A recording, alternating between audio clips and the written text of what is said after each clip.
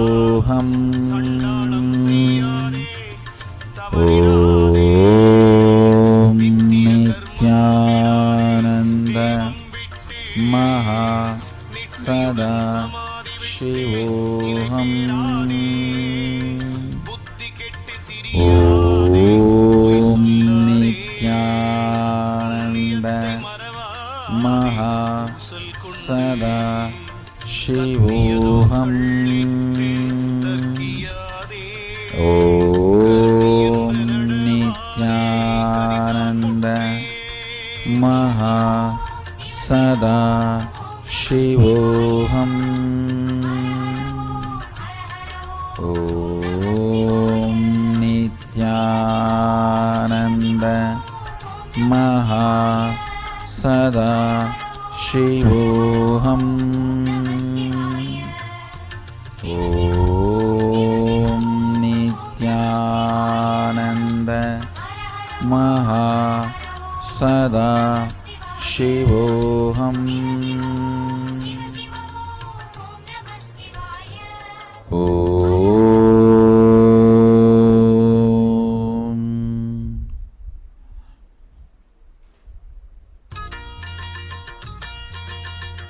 Just sit silently, intensely, allowing the Kundalini Shakti to manifest in you. Om Nithyananda Maha Sada Shivoham. Om Nithyananda Maha Sada Shivoham. Om Nithyananda Maha Sada Shivoham. Kundalini, Kulakundalini, எல்லா உயிருக்குள்ளும் விழித்தெழு.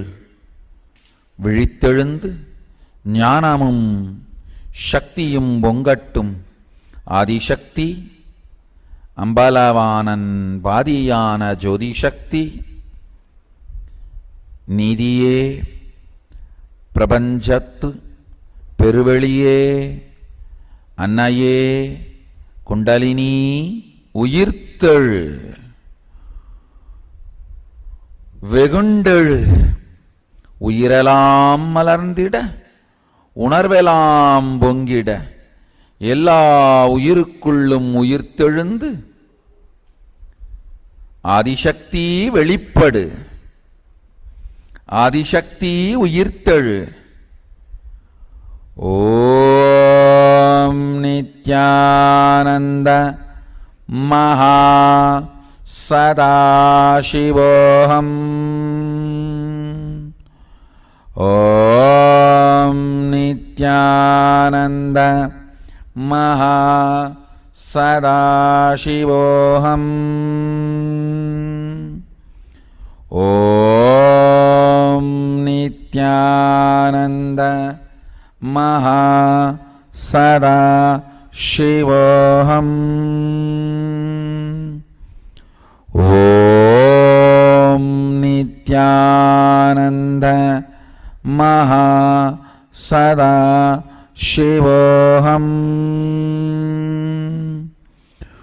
ஓம் நித்யானந்த மகா சதாசிவோஹம்.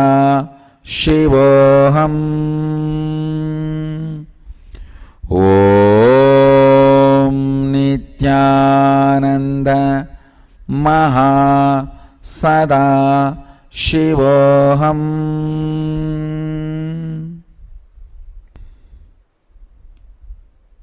Mahasadashiva, let your breathing space fill all the beings connected to me now. Let your breathing space manifest as powers of the third eye,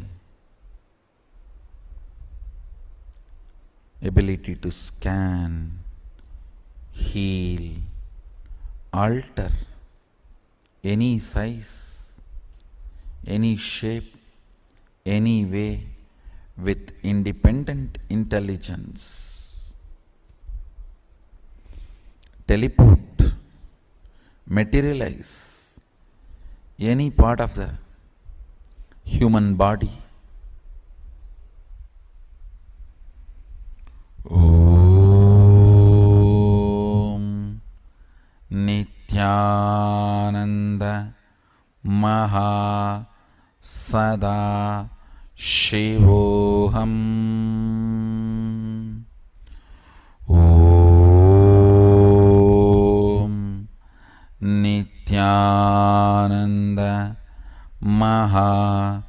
sada shivoham. Om Nithyananda Maha Sada Shivoham. Om Nithyananda Maha Sada Shivoham. Om Nithyananda Maha Sada Shivoham. Sit straight, close your eyes. Let's raise the Kundalini. Om Nithyananda Maha Sada Shivoham. Sit straight and close your eyes. Allow the Kundalini Shakti to move intensely.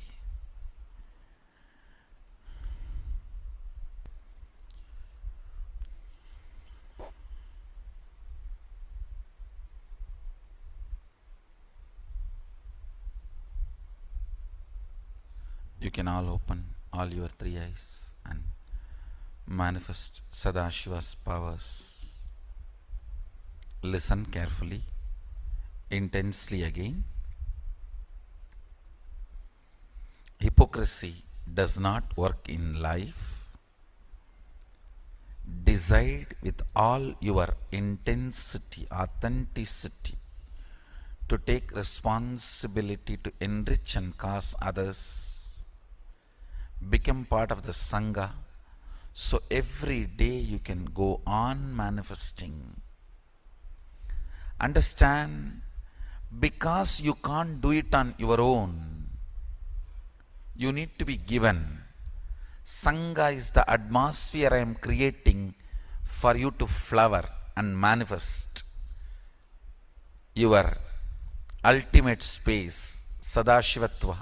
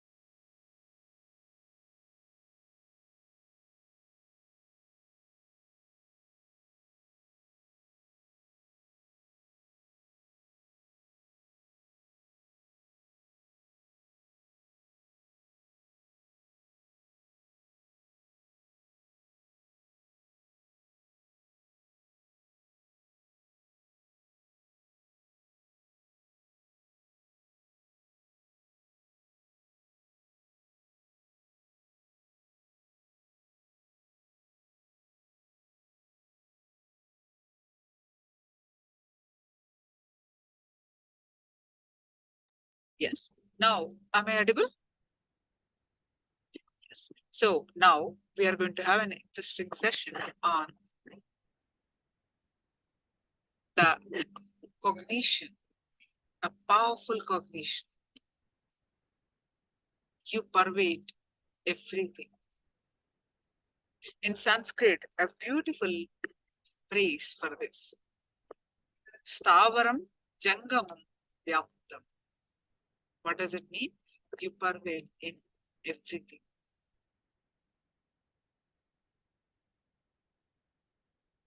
Practice this sacred secret of love. Being your driving force to manifest this all pervasiveness. Understanding that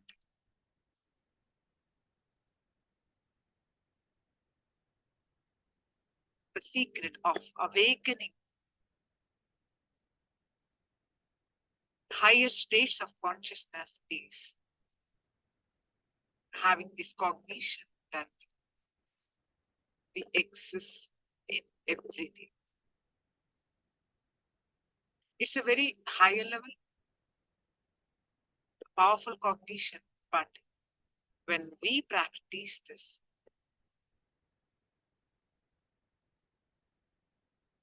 we awaken to our higher reality. In Bhagavad Gita, Bhagavan Krishna says one important point. For one who has achieved the supreme bliss, for him, happiness and distress, heat or cold, honor or dishonor are both the same. Sthiratva. The whole thing, whether we say happiness or sad, cold, hot, everything, the whole thing is perceptual reality, non-existential reality. It is perception.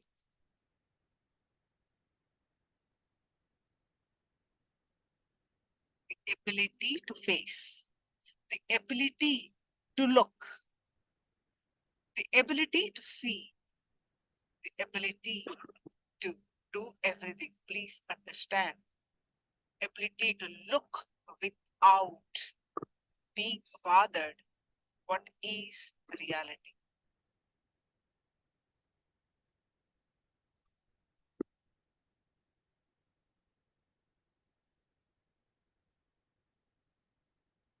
Let's listen from Swamiji. How do we cognize, imbibe that, how this truth, powerful cognition, this sacred truth, how do we cognize this? Let's understand in Swamiji's own words, in his own voice. Let's listen.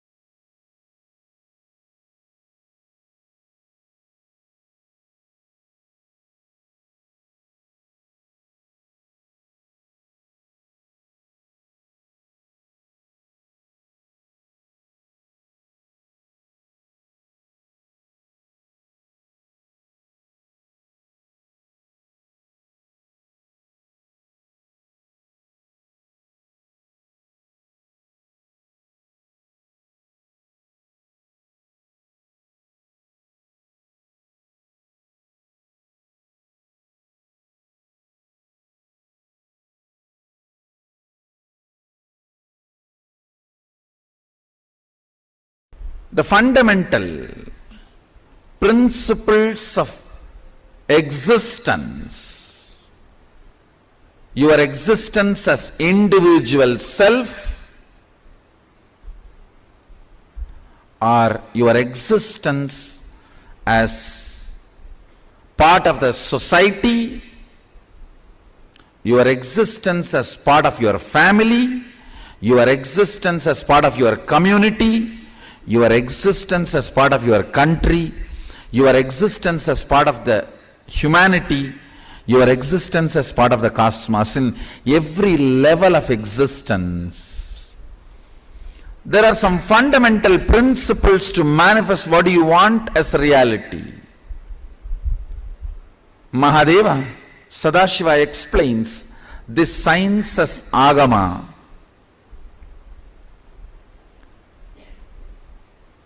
So fundamental principle today you need to know for this today's initiation. Understand. See, in the Mahadeva Leelarnava, Shiva Leelarnava, there is a beautiful compilation of Shiva's Leelas, Shiva Leelarnava. One is about Madurai, one is about Tiruvarur, one is about Tiruvannamalai, the various chapters. This whole Shiva Leelarnava, beautifully Sadashiva reveals, in every time he assumes the form to manifest certain power, he exemplifies the expression of certain sacred secret. For example, he comes to Madurai and exemplifies the truth and manifests a power. I'll give you one example of one story recorded. Mahadeva comes to eat, which is called puttu in Tamil, a breakfast, roughly equivalent to dry idli or powdered idli. That's the way I should call it. Powdered idli. He comes down to eat puttu from a old lady devotee, and then he demonstrates the power of all pervasiveness, where the Pandya tries to beat.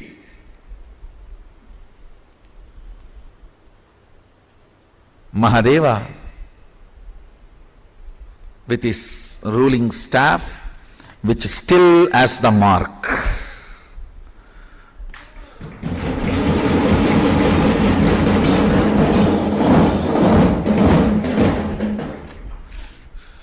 During that incident, Mahadeva demonstrates the power of all pervasiveness. The stick which has hit Mahadeva's back hits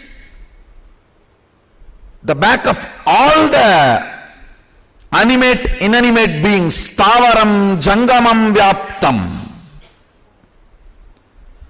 Animate and inanimate. Whole thing experiences that stick.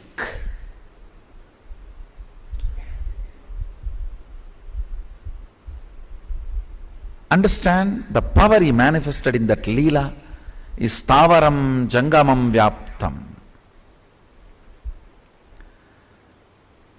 And the sacred secret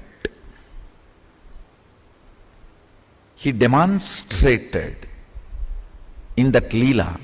He comes down to eat the love. Understand, not the pity, but the love.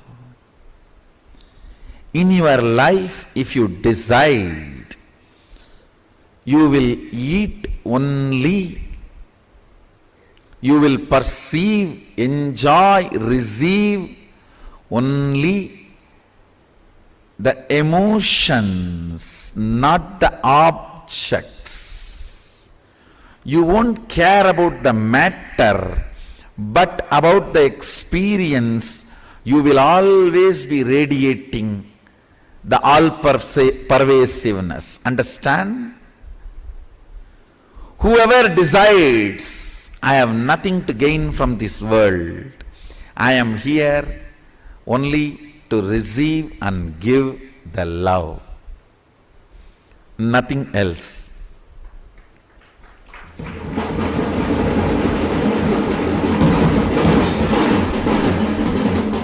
He receives the love of the Vandi, gives her the completion of feeling fulfilled. Neither pity is big thing for him, nor the work he is supposed to do he is doing. He does it in a different way. The story beautifully says, he puts the semmad, means his turban, for his head and lies down. But the ministers are asking him, hey, put the sand and stop the Vaigai, build the embankment. He says, fools, you don't know from where the water is coming. I am covering from where water is coming. Hey, I am covering the source, fools. I am doing my job, you don't understand. It's coming from here, so I have to cover it here, not there.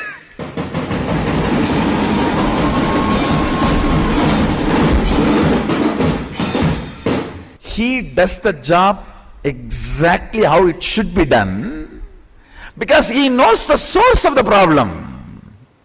He is stopping the water from the source. But these fools are forcing him to work as they think what is the solution.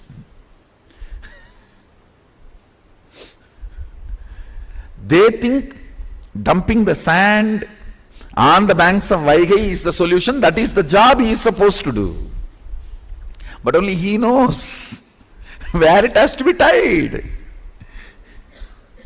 He demonstrates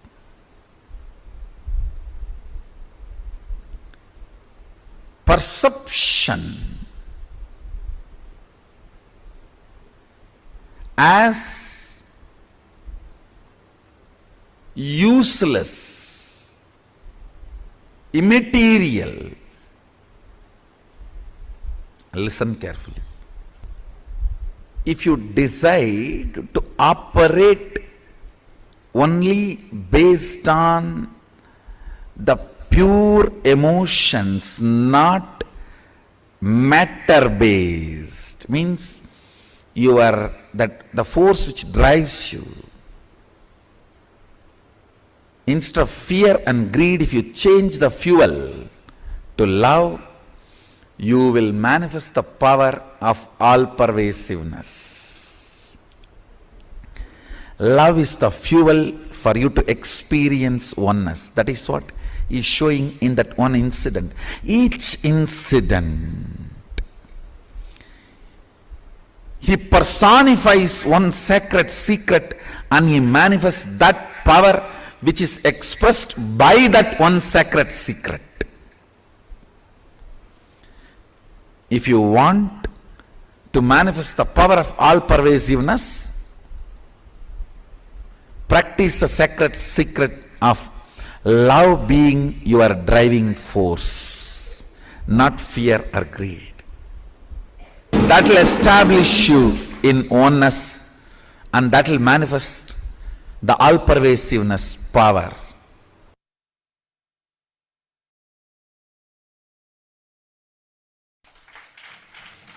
Listen carefully.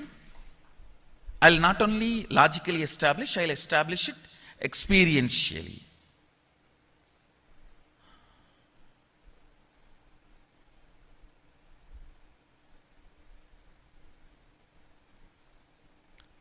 If you just internalize this thought current, you will experientially experience how all these are modifications of your own Atman, self.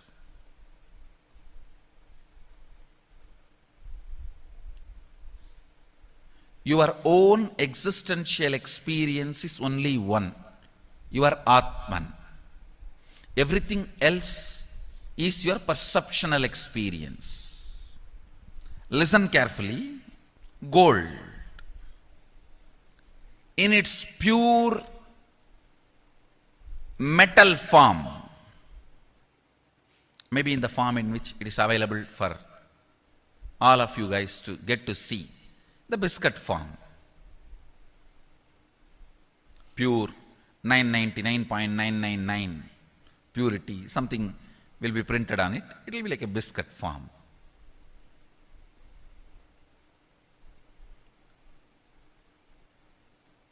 That is the existential reality, existential experience.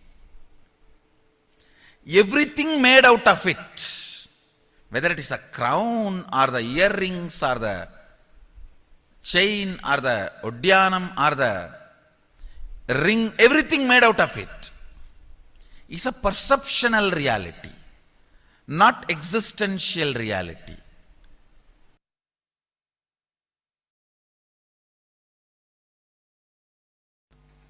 Understand, when you understand the fear and joy, pain and pleasure are illusion and delusion, that very understanding will make a huge change in you. You will feel like the earth on which you are standing is removed. Almost everything will collapse. Allow that collapsing. Allow that understanding to happen.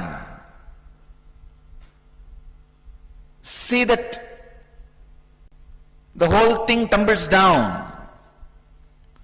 Whatever you build as your identity suddenly will change.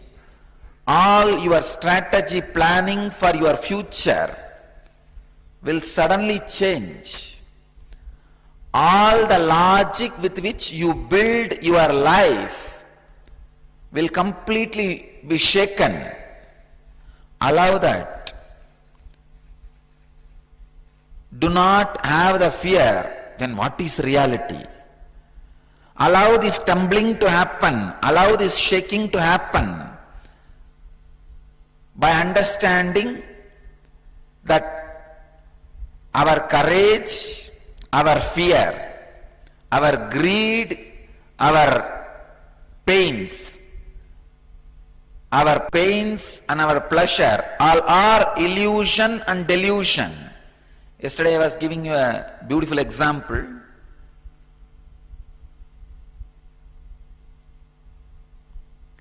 Many times life actually tests you. Life actually wants to test your stability, your understanding, your strength. But in a very foolish way,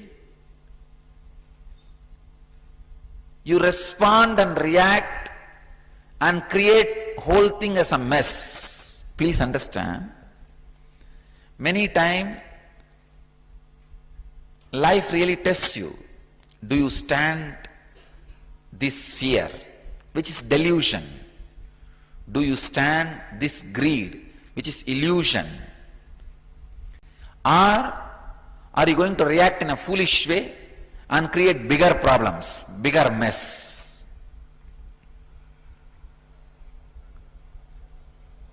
Whenever fears take over you, or greed takes over you,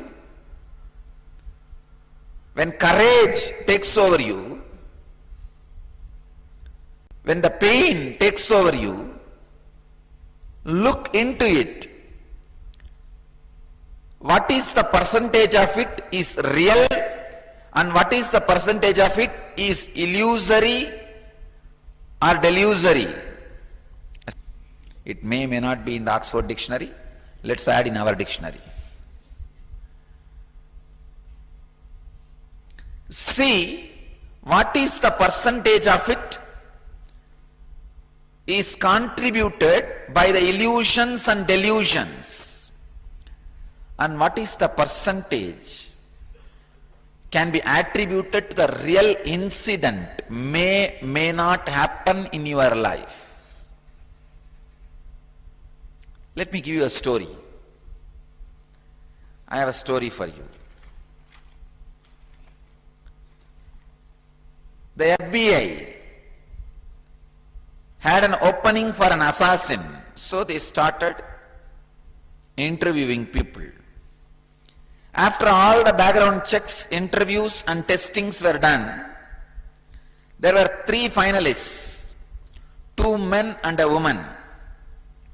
For the final test, the FBI agents took one of the men to a large metal door and handed him a gun.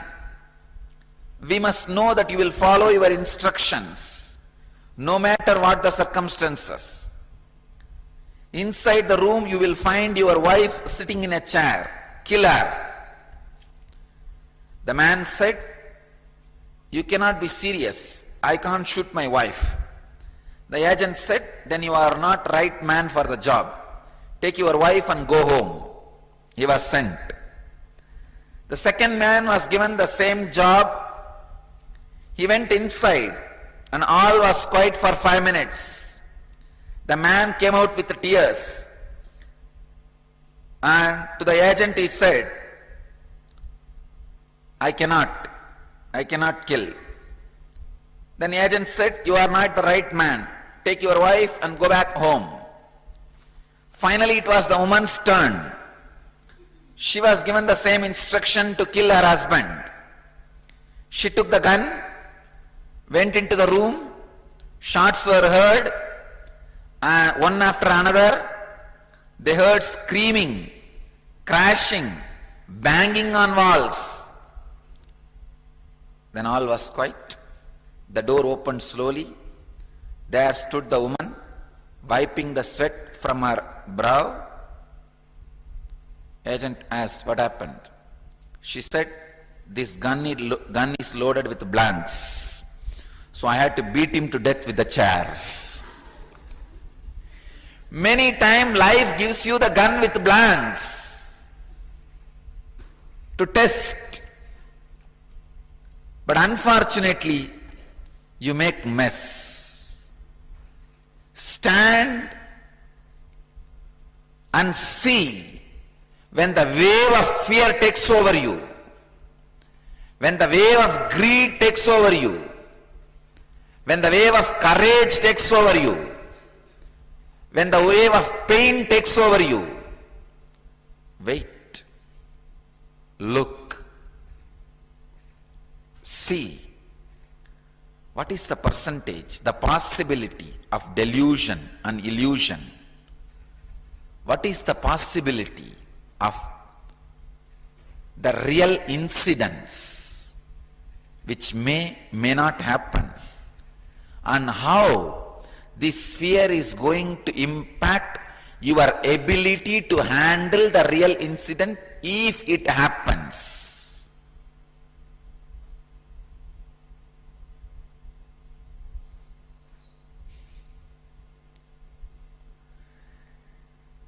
The ability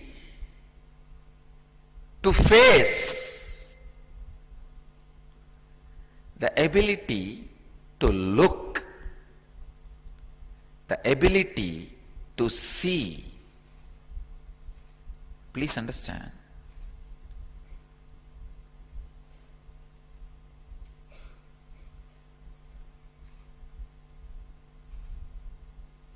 Ability to look without being bothered what is reality. Please understand, the moment you have the fear, the questioner, the fear which this questioner is having, what is reality, Swamiji? Means you don't want to let go these delusions and illusions. Don't bother. Let go. Let go. What is reality will flower in you. Allow that flowering. Now don't bother. Now don't worry too much about it. Allow the delusions and illusions to be removed from your inner space. You will see the real incidents, which is reality, will never hurt you.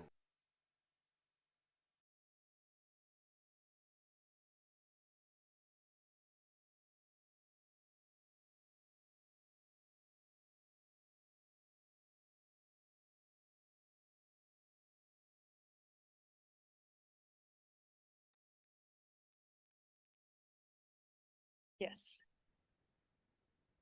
Now,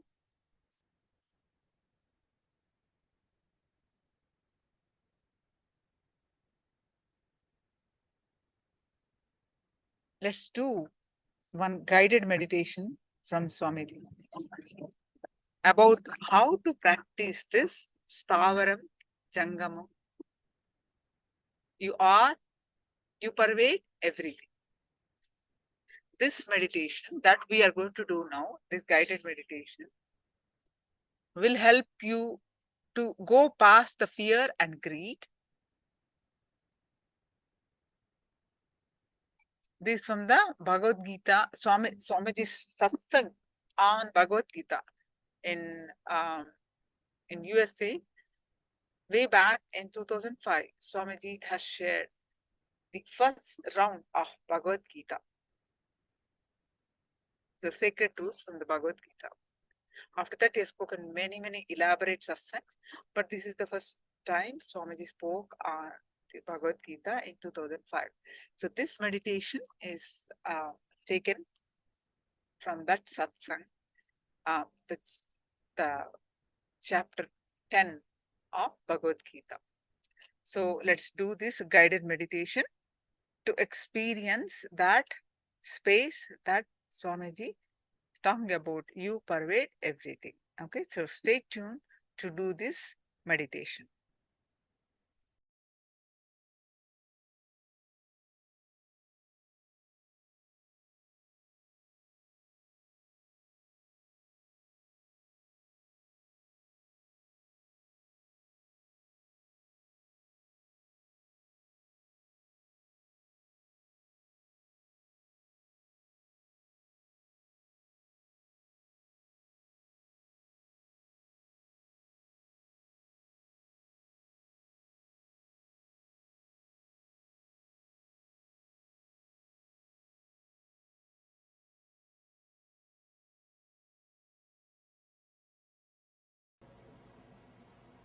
Please sit straight and close your eyes.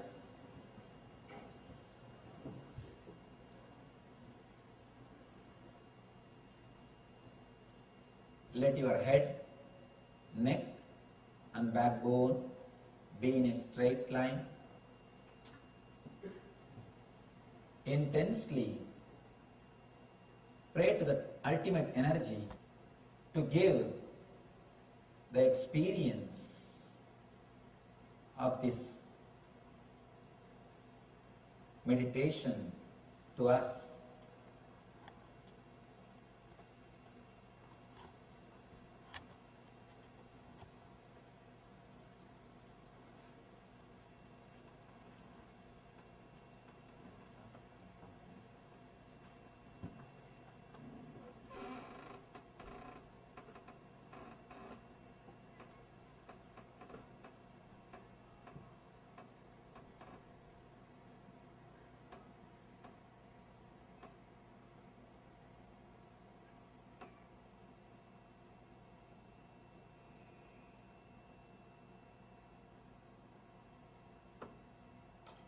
First thing, visualize all your senses are completely shut. Visualize your eyes are completely closed. Your eyes are shut. Don't allow any visualization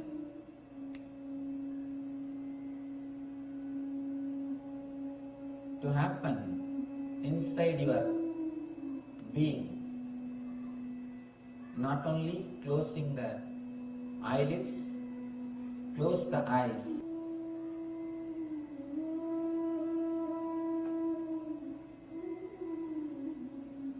Visualize your eyeballs have become completely dark.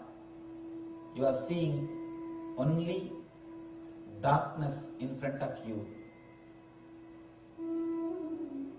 Visualize your ears are shut. Visualize your sense of touch is shut. Visualize your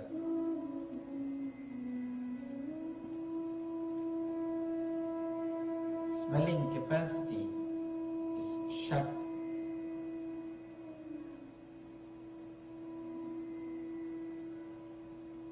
Visualize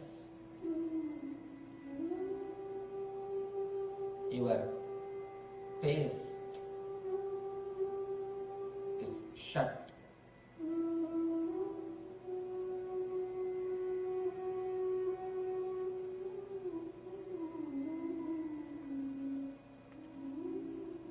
Feel deeply. All the five senses are shut.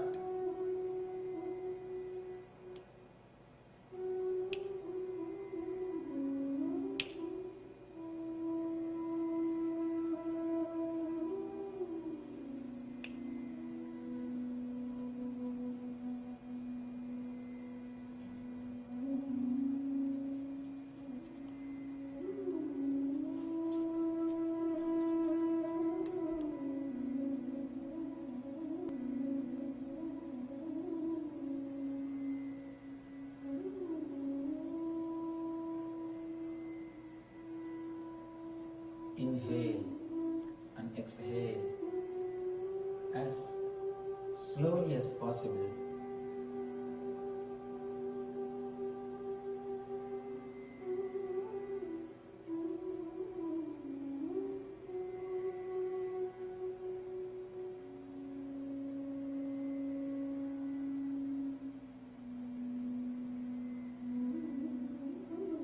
Inhale and exhale as slowly as possible.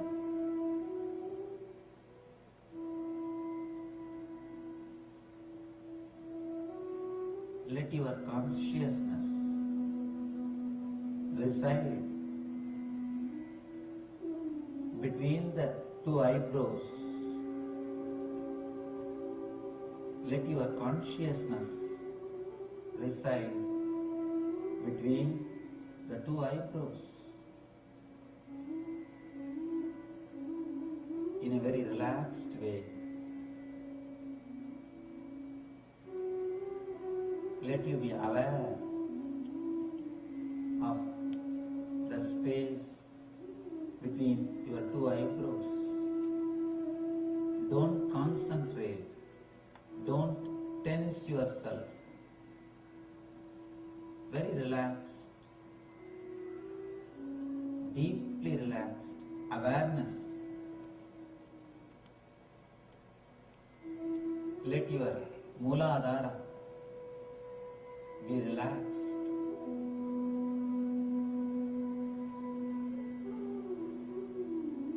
Root of the spine. Let your root of the spine be relaxed. Let your Swadhisthana be relaxed.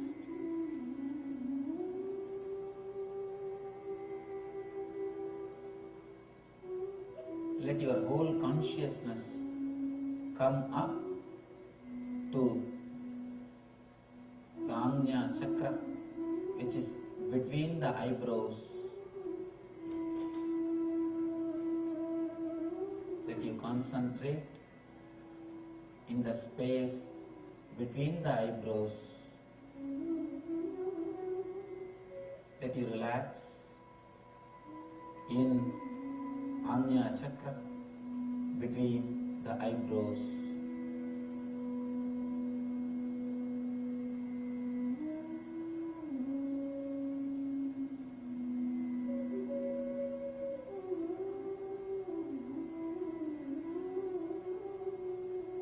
Visualize cool, soothing light in the Ajna chakra, in the space between the eyebrows.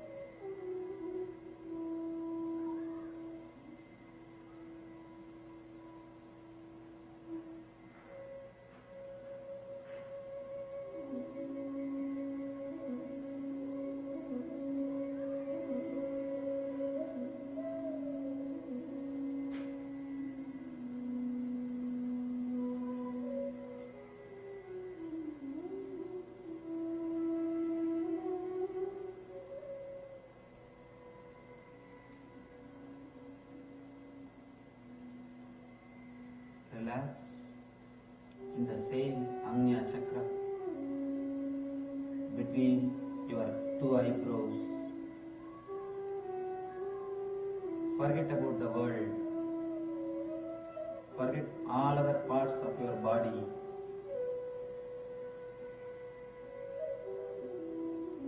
Forget everything about your mind.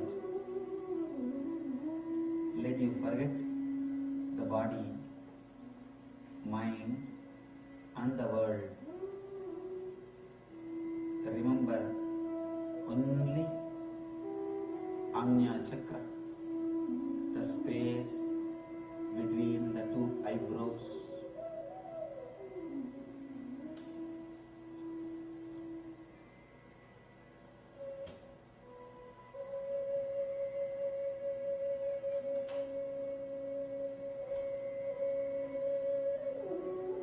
Relax in the same space, your Ajna chakra.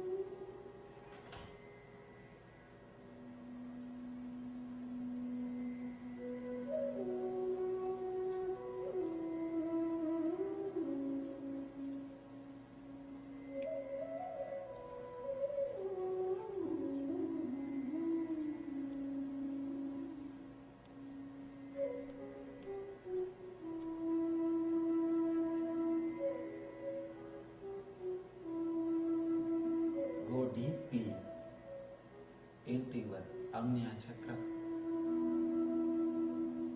in the space between the two eyebrows.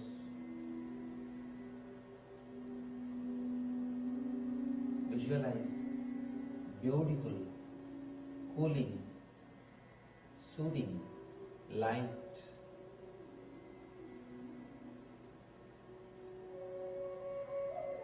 in that Ajna chakra. Let you experience beautiful, blissful light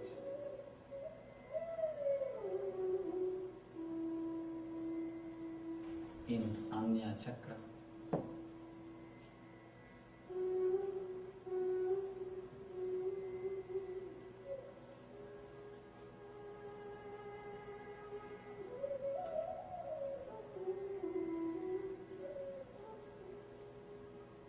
Don't tense yourself. Let your awareness be on the Anya Chakra in a very relaxed way. Let your consciousness rest in the space between the two eyebrows. Let you rest in the space between two eyebrows in a relaxed way. Let you relax.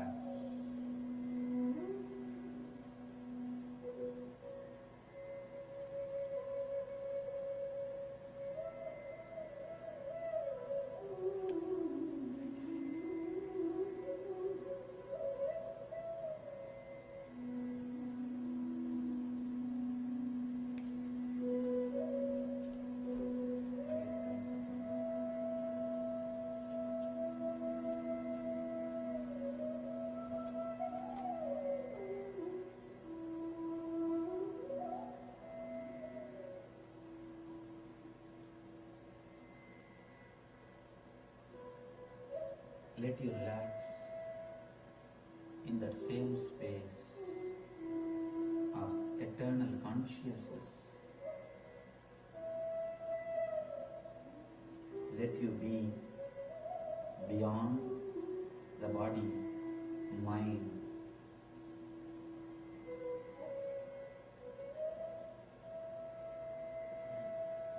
Let your intelligence be awakened. Let you work through the eternal consciousness.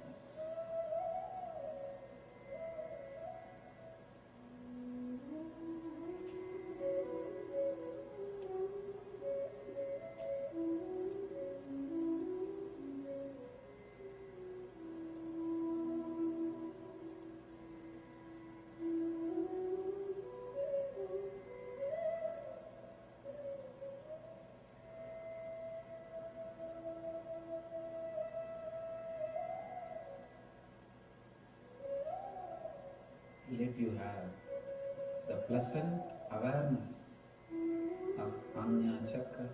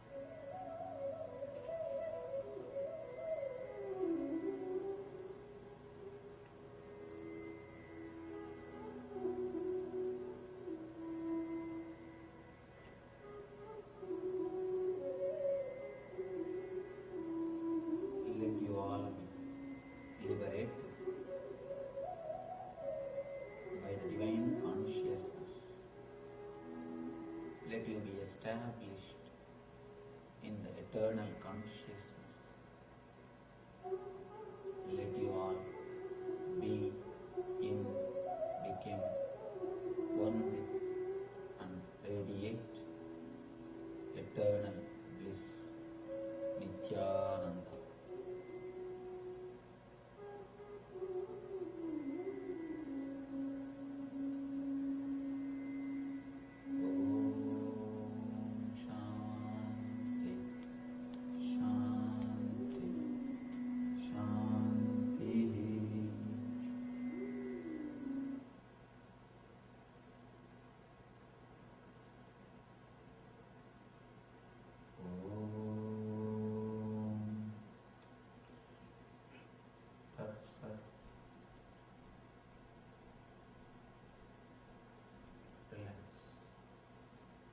Slowly, very slowly, you can open your eyes.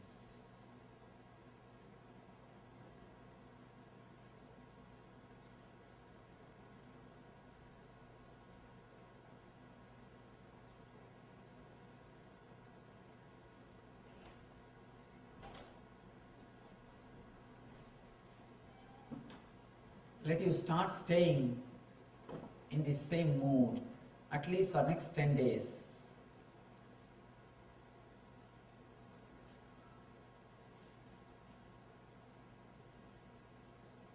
Understand, don't concentrate by force, but the pleasant awareness. When you keep that pleasant awareness around the Anya Chakra, your whole energy will be directed towards the eternal consciousness. You will receive energy from eternal consciousness, from immortality, Amritatva. You will not be driven by fear or greed from below. You will be driven from eternal consciousness from above. From below, if you are driven, you are man. From how to connect yourself with the divine energy, how to be driven by the divine consciousness. Let you function through the eternal consciousness. Let you be in and one, become with and radiate eternal bliss, Nithyananda. Thank you. Vasudeva Sudam Devam Gamsachanuramardhanam Devagi Paramanandam Krishnam Vande Jagadgurum.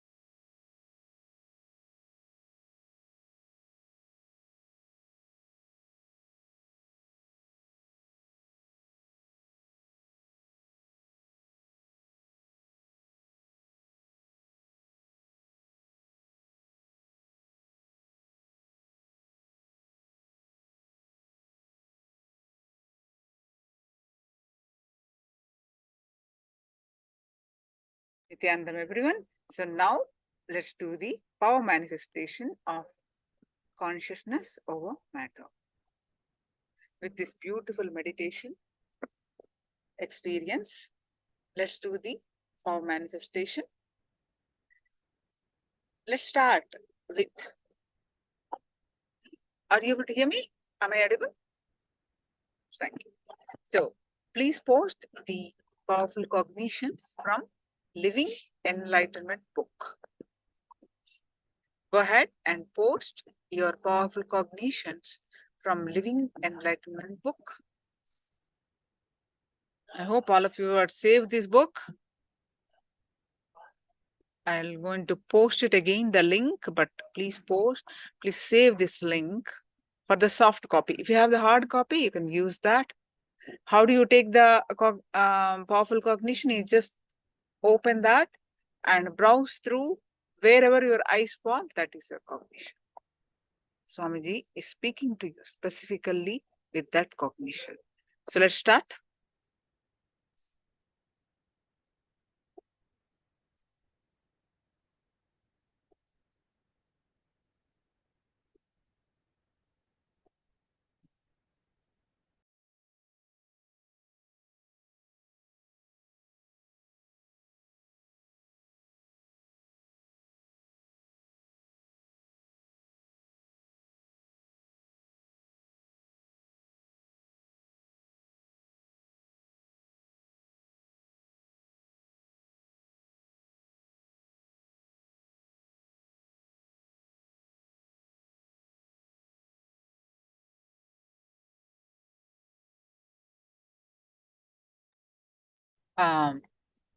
Beautiful cognitions. The whole process of meditation is to start communing and find the silence within you. Wonderful. Turning the awareness from the object to the subject. Anyone else posting the powerful cognitions? Please do so. Then after that, get your objects. Go ahead and get your coconuts if you have it.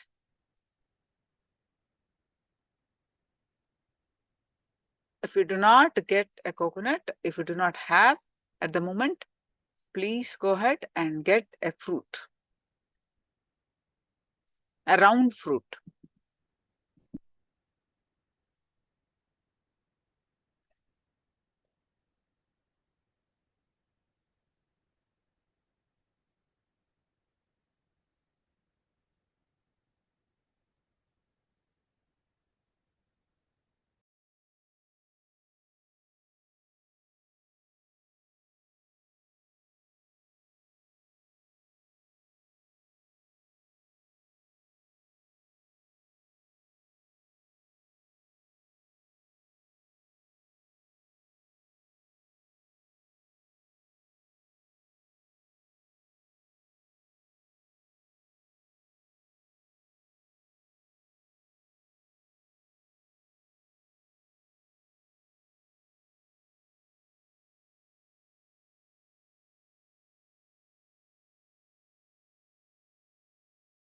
All right, now, are you all ready to manifest this power? So please sit straight with your head, neck, back straight line.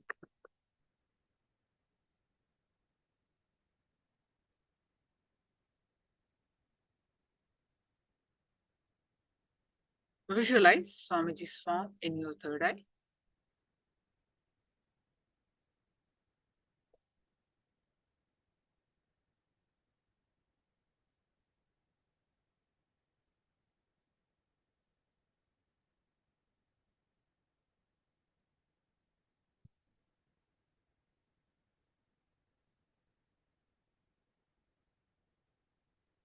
Start chanting the Mahavakya. Om Nithyananda Paramashivoham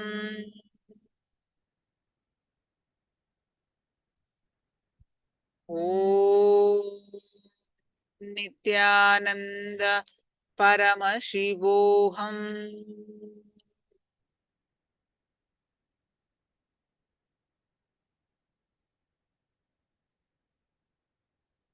Start chanting the Mahavakya and experience the space of oneness. With that space of oneness, declare the object to move. And let's start. Chant the Mahavakya.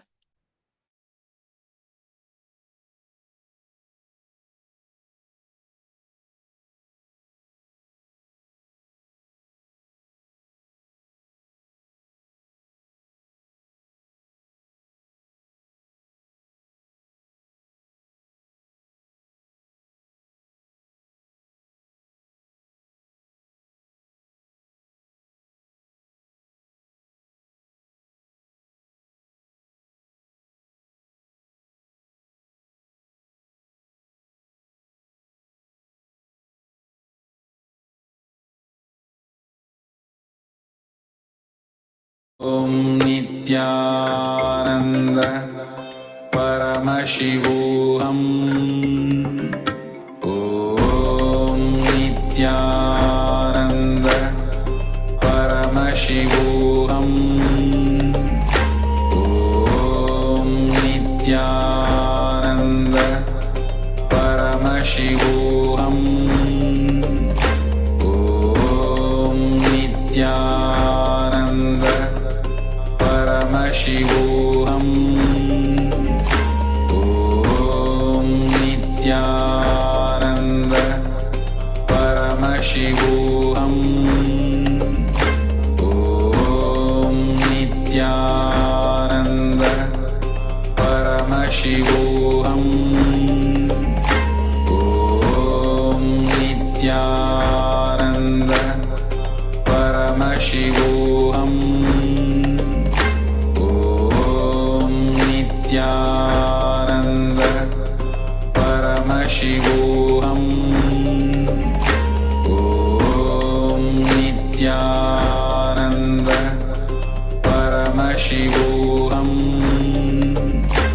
ॐ नित्यानन्द परमशिवोऽहम् ॐ नित्यानन्द परमशिवोऽहम्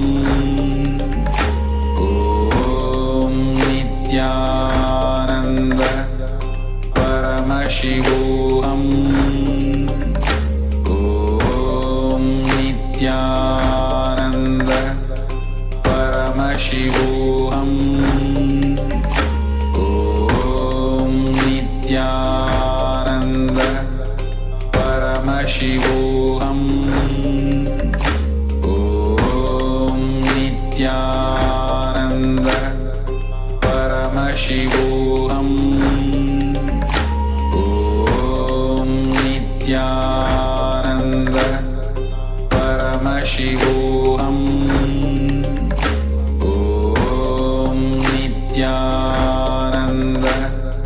परमशिवोऽहम् ॐ नित्यानन्द परमशिवोऽहम् ॐ नित्यानन्द परमशिवोऽहम् ॐ नित्यानन्द परमशिवोऽहम् ॐ नित्यानन्द परमशिवोऽहम् ॐ नित्यानन्द परमशिवोऽहम् नित्यानन्द परमशिवोऽहम् ॐ नित्यानन्द परमशिवोऽहम् ॐ नित्यानन्द परमशिवोऽहम् ॐ नित्यानन्द परमशिवोऽहम् ॐ नित्यानन्द परमशिवोऽहम्